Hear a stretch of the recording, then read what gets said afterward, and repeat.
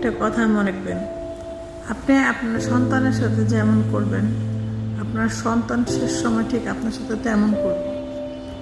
আমি আমার সন্তানের সাথে একটু অন্যরকমভাবে চলি, মানে বন্ধুত্ব সম্পর্ক বজায় রাখি। কারণ হয়েছে ওদের কষ্টটা আমি যাতে বুঝি।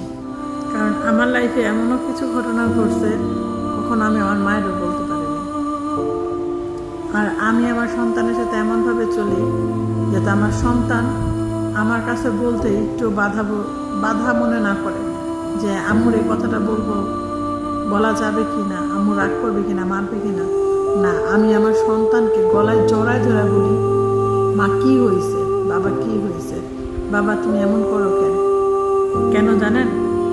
কারণ যাতে ওরা আমার কাছে বলতে সাহস পায়। ওই যে বললাম, আমার লাইফে এমন কিছু ঘটছিল কখনো বলার সাহস পাইনি। আর একটা সময় যাইয়া আমার এই সন্তানে ওরা নিজে মনে মনে ভাববে যে না, আমার মা যখন আমাদের কিছু বলার দরকার ছিল, আমার মাকে আমরা বলতে পারছি, আমার মা আমাদের সাথে ফ্রেন্ড সম্পর্কটা বজায় রাখছে। অযথা গালাগালি, অযথা মারামারি, অযথা বকাবকি, মানে কোনো কিছুই করে না। আর আমি আমার সন্তানের সাথে অযথা কোনো কিছুই করি না। কারণ কি, একটা মানুষ যখন ছোট থাকে না, ধরেন 7 বছর, তখন থেকে ওই মানুষটার ভিতরে, মানে ওই বাচ্চাটার ভিতরে অনেক কিছু ঘটে, যেটা মা বাবারে বুঝতে হয়। একটা দুষ্টামি করতেই পারে, এই জন্য যাইয়া একটা আঘাত করা। আমার একটা ছেলে ও আমারে অনেক জ্বালাইছে বলতে, ছোটকালে বাচ্চারা দুষ্টামি করে, আমার মনে হয় 100 বাচ্চার ভিতরে ও একটু বেশি দুষ্টামি করছে।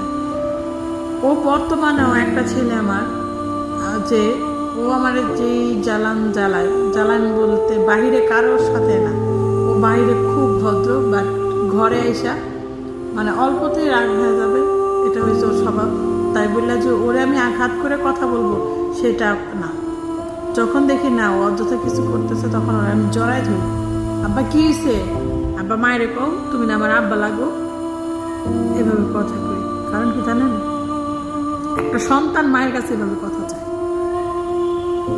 যখন 8-9 বছর থেকে বাচ্চাটা 14, 15, 16-তে আসে, তখন বাচ্চাদের মাইন্ড অন্যরকম থাকে। তখন এই ভাষাগুলা, মায়েদের এই ভাষাগুলা একটা সন্তান চায়।